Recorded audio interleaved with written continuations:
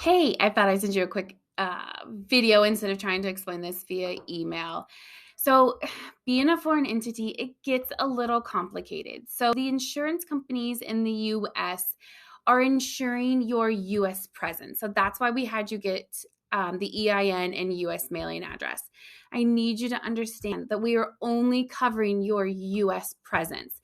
We are not covering your foreign entity. So, if there were a claim brought in the US, we're covering the US presence.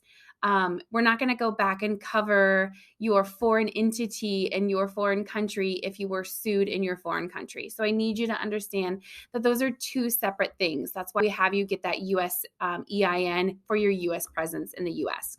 So if there were a claim on a product that you're selling on your .com platform, it would cover it in the US. Now, if you decided to add that worldwide coverage, it's still covering what sales are coming from your .com, but they could be shipped to anywhere in the world. And that is where that worldwide coverage comes in. That does not mean that we are covering your foreign entity someplace else in the world.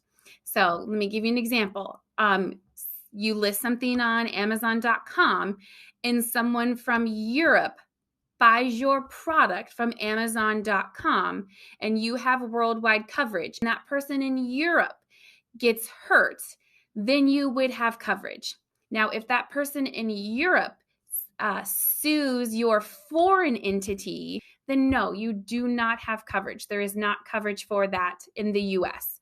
It would only be if that person sues your US entity, which is going to be on Amazon. So I just kind of wanted to explain that to you, so there's not any confusion.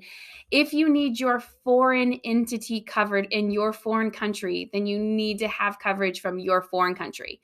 We are only covering your US entity with your US EIN and your US mailing address, not your foreign. So if you have any other questions, feel free to let me know.